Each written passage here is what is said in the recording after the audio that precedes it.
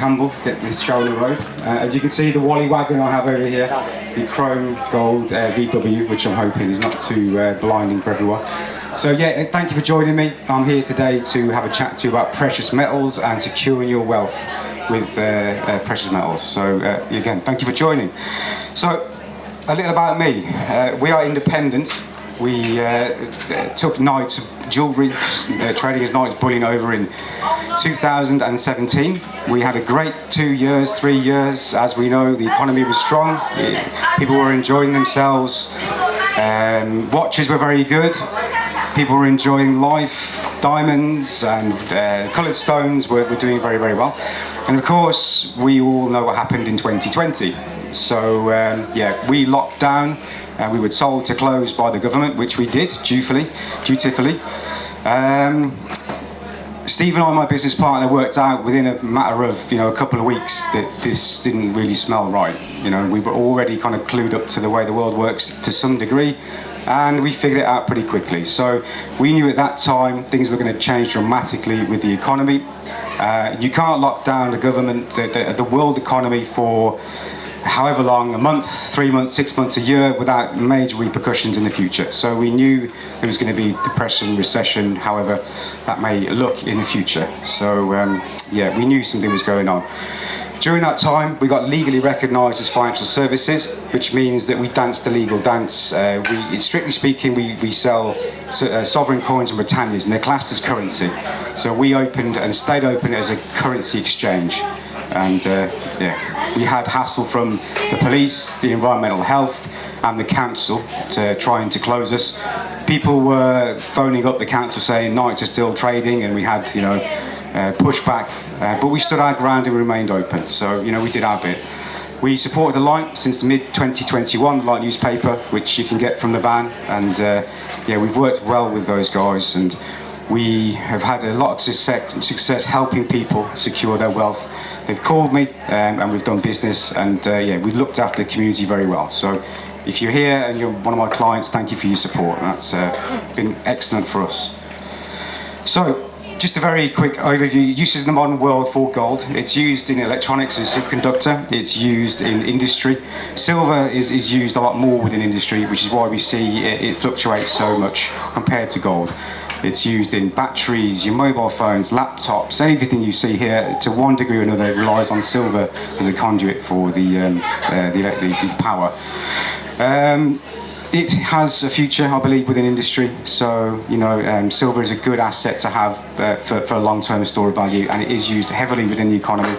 And it will be used too, due to the green revolution we're seeing. So, again, batteries, solar panels, all that kind of thing. It's going to be heavily used, and therefore I believe it will have value in the future. So the big question, what does gold and silver represent to me? Primarily, it's a belief system. It's like anything else. The pound in your pocket, it's a belief system. It has no real value apart from what we believe it does. Strictly speaking, it is money, not currency, as it satisfies three key functions. So what we call money isn't its currency. It's I must remind myself here. So yes, primarily a medium of exchange. We use it to buy and sell. It's a unit of account. You have £100, £1,000 in your account. What gold represents, which currency doesn't, it's a long-term store of value. Now the reason for that is we can create currency out of thin air. It comes from nowhere. Whereas gold, you have to mine it, you have to refine it, and that's where it comes. That's where the long-term store of value comes from. So it's money. It's not currency. Gold is money, and that's very important to remember. Again, for me, it represents a long-term hedge against inflation. Now, this is the main point when it comes to it. It is about securing your long-term wealth. Very easy to store. It has the historical data to back it up as a long-term store of value. Two primary functions: long-term hedge against inflation, as discussed, and economic power under your control. Now, this is the other thing with it. It's outside the banking system. It's under your custody. It's taking sovereignty over your finances. And that's very, very important. As we know, we're looking at very uncertain times, and yeah, having that under your control is very, very important.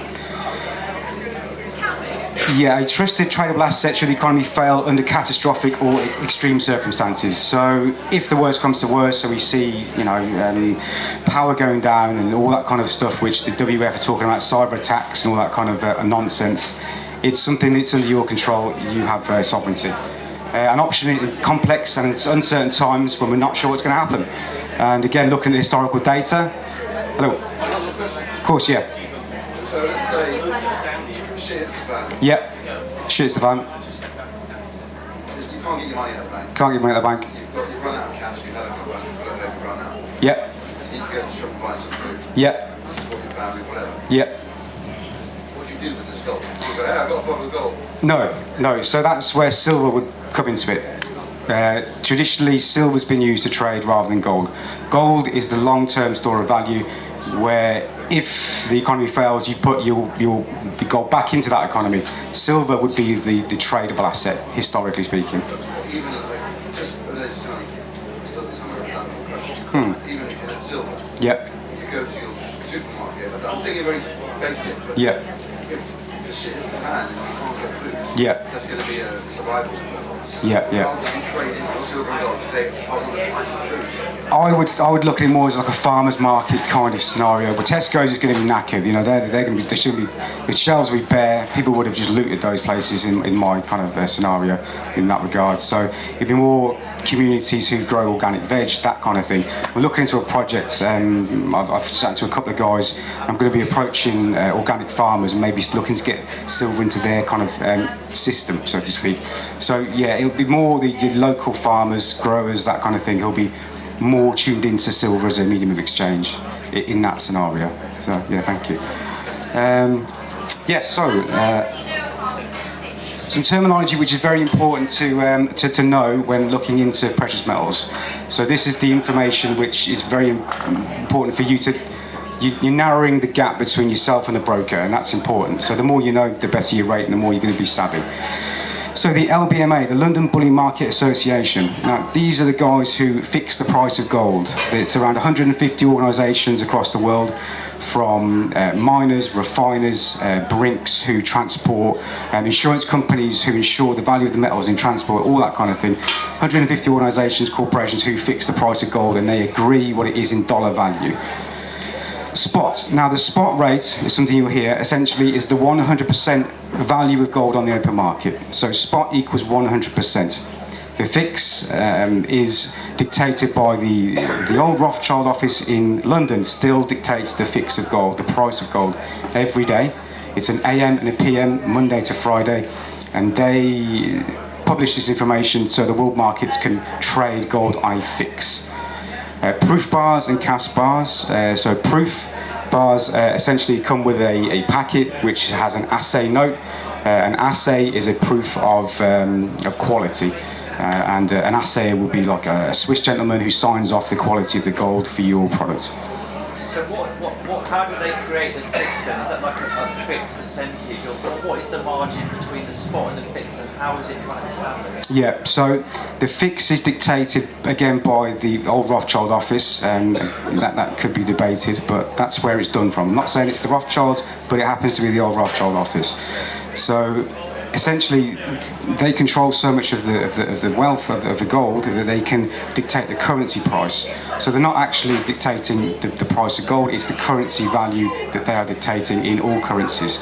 So US, dollar, euro, sterling. So you'll see that the dollar rate could increase 2%, but then the sterling rate could decrease depending on what's happening in the politics. So what they're really doing is they're fixing the currency price. In that office. So, depending on what product you buy, dictates the premium you pay above. Yeah, so I'll go into that very shortly. Yeah, so premiums and spread comes exactly to this. So a premium is a percentage you pay above the spot rate depending on what product you buy. So if you have a small denomination like a 1 gram, you could be talking 15% over the intrinsic metal value. If it's a if it's a higher denomination like 100 grams, you could be talking 4% over. So the product dictates the premium. Coins of the realm, yep, so Britannia coins, sovereign coins from the Royal Mint, has the King's head at the moment, used to be Queen's head of course. these have a face value. So a Britannia coin, a 1 ounce Britannia coin, fine gold, is £100 spot face value.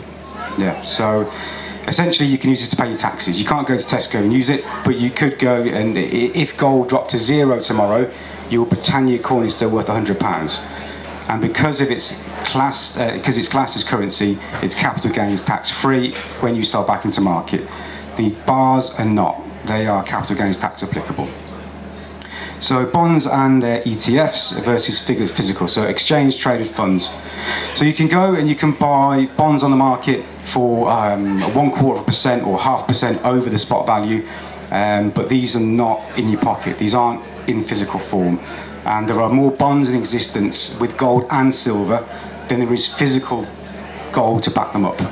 So be very careful when you're buying ETFs on the market or bonds, because if everyone cashed them in, there's not enough gold and silver to pay everybody. And essentially, fractional reserve banking for gold, it's the same principle. So physical, or buy on allocation, trust someone with your storage, and it's on allocation, it's with me in a form that you bought. So if you buy a 1 ounce and a 10 gram, you have a 1 ounce and a 10 gram ready for me to collect and post out to you. So ETFs are a bit shady. Fungibility, stroke liquidity, and buyback. So fungibility is the ease of a product to sell back into market. So gold is known to be one of the most fungible assets available. You can take your gold to pretty much any jewelers in the UK. Any bullion dealer in the UK will buy it, and you can get your currency exchanged very quickly. 24 hours, almost immediately through bank transfer. Cash, of course, you can get paid straight away.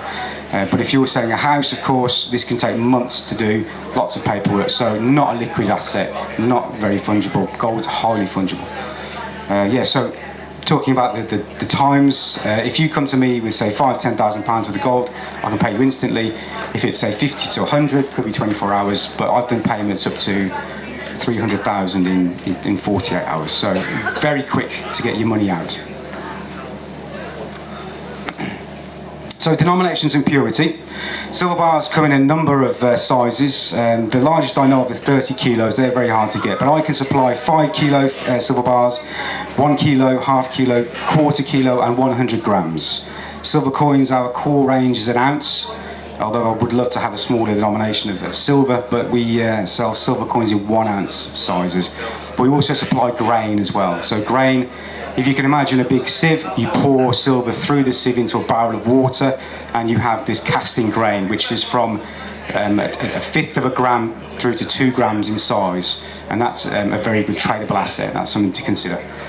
Gold bars, the bank bars you see on the films are 12.5 kilos. Now, they're worth about £650,000, so we don't sell all those, and I can't get my hands on those, unfortunately. But we do sell 1 kilos, half kilos, quarter kilos, and 100 grams in the cast. And then the smaller denominations are the proof bars, which look slightly different manufacturing process. 50 grams, troy ounces, 20 grams, 10, 5, 2.5 grams of 1. So it's like a currency exchange. You know, you come to me and you say, I've got £1,000, I can recommend products to fit the bill. Purity, your jewellery is going to be normally in the UK 9 carat or 18 carat. If you have a look at the stamps on your jewellery, you'll see 9 carat stamp 375, which is the purity's percentage, the 37.5% purity. So if you have some jewellery at home, you can weigh it, and then you can work out your fine gold content. You look at the market rates of gold, and then you can work out the true value of your property doing that. So 18 carat is 750, 22 carat is 91.6, and the investment grade I provide, 24 carat, is 9999. So 1/1000th in purity, and then the rest is gold. So the question I ask people when they come to me to buy is, well, why are you buying it? You know, what does it represent to you? So is it a long-term store of value that you're just putting away to put back into market at another time? Or, as that gentleman mentioned, is it something that you want to trade with in the future, you know, if the shit hits the fan, and then you want something you go to farmers markets with, that kind of thing. So in that scenario, as I say, gold, long-term store of value, pop it away, forget about it, you know, do your work, get on with your business, and it's a long-term store of value. And if things go wrong, I hope and I believe that it can be used to go back into the system, however that may look. If it happens to be a CBDC, if it happens to be an XRP, future, then I think it will have value, because historically it's always had value, and I don't think that's going to change in the near future. So yeah, fundamentally, ask yourself why you're buying, and that will guide you toward the right kind of products. So our obligations to know your customer, His Majesty's HMRC, I should say, and anti-money laundering. So I'm an authorised reseller of Metalor and Umilcore products, and I'm a Raw Mint affiliate. It's really difficult to get these agreements. The Metalor contract took me 3 months to get through due diligence. So this is not, it's not easy contracts to get. So I have to abide by strict regulations, when I buy and sell. So we can take £5,000 cash per household per annum. So that's our HMRC limits on cash. No problem if you're paying bank transfer. The banks do their anti-money laundering checks, and that's absolutely fine. So, security and protecting your asset. First of all, when you're buying gold and silver, don't tell people about it. Keep it to yourself. Maybe tell a close family member, maybe tell someone who you think needs to know. But if something's going to go wrong, it's not going to be, the burglar who comes in and goes through your stock drawer and finds your safe. It's going to be, the son-in-law's friend or something like that who knows about it. So keep it to yourself. Consider getting a safe box within your property. You can get really tidy little safes that you can bolt to walls. And someone coming through your house taking your laptop or your wallet, they're not prepared to be prying safes off walls, that kind of thing. So consider somewhere safe. Safety deposit boxes privately check, because often you're not insured. So if they do get robbed and they have a problem, you're normally not insured. And if you do get insurance, it's very, very expensive. And more recently, we've added safety deposit boxes to our repertoire, and you are fully insured at very reasonable rates. So that's one thing to consider. So why buy from us? I'm offering open and honest, transparent advice, and I like to narrow the information gap and build long-term relationships. That's what I'm about, and I want to help people with a similar mindset. So this is why I'm here today. Competitive pricing. We don't charge you more just because you're getting what I consider to be a good service. We are very competitive, and we do price match. And we're bricks and mortar. We have a showroom in Stratford-on-Avon, so you're more than welcome to come along, have a handshake, have a coffee, meet us, see where we are, and see we're not going to, be gone in 5 minutes. We're not that kind of company. So, a little bit of a lesson from history, which I like to tell people about. Now, I won't go too much into this, so I have got a bit to tell people, but I can always talk personally later if you're interested in this. But there are instances throughout history where the government have come after privately owned gold. So you have to be aware that just because you have something doesn't mean that they won't come after it, as we very well know. So the Federal Reserve was founded, the private banking system in America was founded in 1913. Essentially, this gave unofficial control to the dynastic banking families, Rockefeller, Morgan, Rothschild, and they effectively seized the ability to create currency from the US people. And we know how that went. So in 1933, Roosevelt put through an executive order, and this was to make private holding of gold illegal in the United States, and people were encouraged to give and actually to sell their gold to the government at quite a low rate. And the reason why Roosevelt pushed this executive order through was the central bankers, they wanted their interest from the currency that they'd given out, which was worth nothing, and they didn't want it back in currency, they wanted it back in gold. So they pushed through this executive order to essentially rob the American people of their assets. And this is something I encourage people to look into. So you've got to be aware that just because you have something doesn't mean they're not going to come after it. This all also happened in the UK, but I believe it was around 1966, and it was made illegal to hold, I think, more than 4 coins, and you had to have a license to hold coins in the UK. Now, a lot of people who were probably naive, in my opinion, went to get registered, went to put the paperwork through. And they said, oh, I've got 100 coins or I've got 200 coins, I'm a dealer, they'll let me off, and they quickly had their stash confiscated. So yeah, it's you've got to be really careful, of course, and we all know how the system works, and yeah, you just have to use your head when it comes to, you know, when the government says they come to help you, are they coming to help you? This also happened in Australia, excuse me, which I'm not too versed on, but it has happened in Australia as well. So there's a lot of historical information you can find out about you know, private ownership. So, in a little more of a modern context, I'd like to briefly talk about the petrodollar and the potential for hyperinflation. So, after the Second World War, the US mopped up, and they were the world's only remaining superpower. And they had the Bretton Woods Agreement, which gave them immense economic power to bully small nations. And they did it through beating people over the head with the US dollar. So they used their currency as a diplomatic means to project power across the world. At the moment, they have what's known as an oil standard.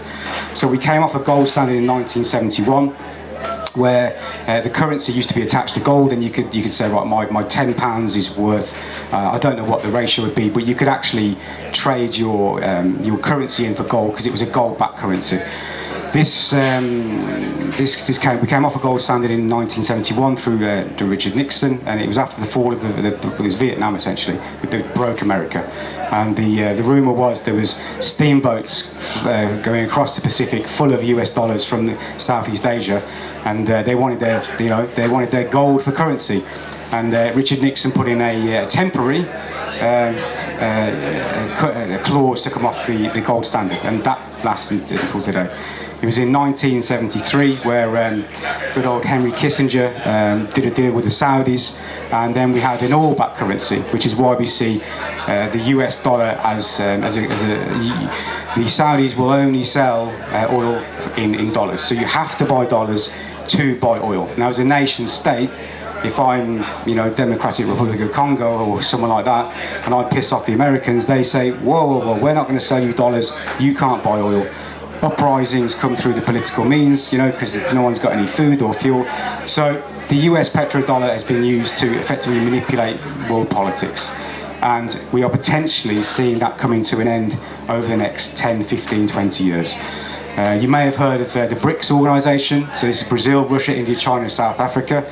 These are the world's fifth largest emerging economies, and they're getting together and they're starting to upset the Americans and saying, look, we've had enough of you whipping us with the US dollar.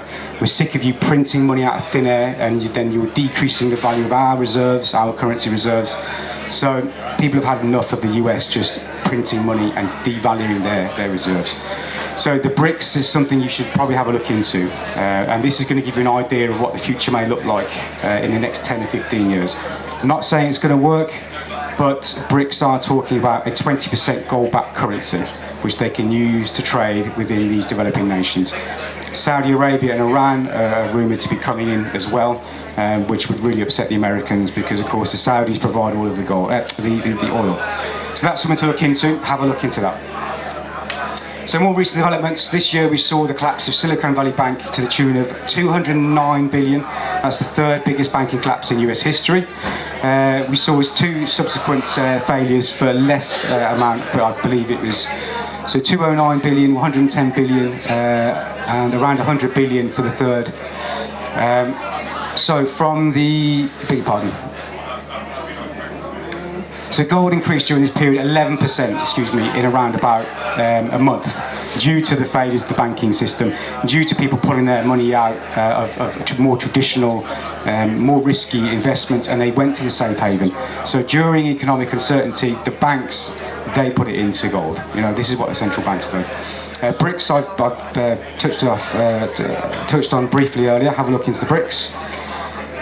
The Russia-Ukrainian war. Gold increased dramatically. It was up to 16.4% over a 6 weeks period. From the build-up on the border through to the invasion, gold increased 16.4% in 6 weeks. Now that's just huge. That's ridiculous for gold to go up that much. But it just shows during crisis, people put their money into gold, and it's just what the central banks do. So finally, one very interesting piece of information I found out on the World Gold Council website, and these are the authority with statistics, is central banks have increased their gold holdings from the first quarter of 2022 to this first quarter of 2023, so a 1 year period, they have been increasing their holdings by 176%. So the central banks are buying gold. You know, they own the media, they're not going to tell you this. Okay? So if they're doing it, there's a reason for it, and I'm pretty sure of that. So, yeah. Thank you very much for your time. Thank you very much for everything. And yes, I'm happy to answer questions. Thank you. Hello. Do you think these businesses, like We Buy Any Gold, are fronts for the central banks? Probably not. And they're probably independents like myself who are looking to cash in and do the exchange. Yeah, and they could very well be, but I'd say probably not. The upper echelons of the central banks, they control it on such a big level. I don't think they'd even dirty their feet down by where we are, to be honest. So, hello. Sorry, I came in after you started. Yeah. Yoga, and I heard you saying about the limitation of 5,000 cash. Yeah. Per annum per family. Correct. Right. Okay then. So you were also talking about how this sort of is registered. Yeah. Whatever. So how does that work on a £5,000 cash? So as a limited company regulated by HMRC, I take your name and address for my invoicing, but I don't have to forward this information on to register. But our books are open, so HMRC can of course request to see them, and that's standard amongst all businesses for 7 years. And you are based, you said, in Stratford-upon-Avon? Yes. Yeah. It's a bit of a long way to go. Well, we can always post to you. Yeah, we do postal service, and fully insured. But if I'm paying cash, Yeah. Yeah. get that to you. Yes, if you're paying cash, you do have to come in. We have to be face to face for it. It's a legal requirement. Apologies. How long does that actually take? So say I decided to make that journey. Yeah. That transaction can be done there and then. Yeah, it takes about 30 minutes. By the time we have a chat, it's about 30 minutes. Right, so can any of that be done like over the phone beforehand? You were talking about the sort of denominations and Yeah. why you get. So that dialogue would be had. Yeah.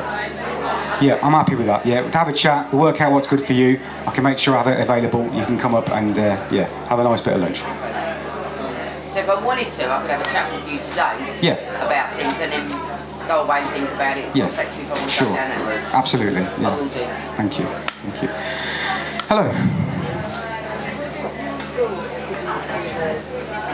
Yeah, rose gold. So rose gold is for the looks. It's for the jewellery. So it's primarily for its aesthetics. So rose gold is normally 9 carat, but the alloys they use for yellow gold would be copper. With rose gold, they use other alloys to make it more of a different pop, the pinky colour. So as far as the long term for rose, it's jewellery. Yeah, jewellery's not. It's not really worth. I mean, if you buy it and sit in it for long enough, you're gonna, it's gonna store your value. But if you want low premium, it's the investment grade that you look at. Yeah, yeah. Anybody else? Yes, hello. There you go. All right. Just with regards to things like sovereigns and things like that. Yeah. That you may or may not have. Yeah. So, advice on them. Yeah, so sovereigns are a relatively low denomination. The purity, the fine gold content, 7.322 grams. So they are not a high premium, but they're like a mid-tier premium product. Yeah. So you'd be looking at probably about 8 to 9% over on sovereigns.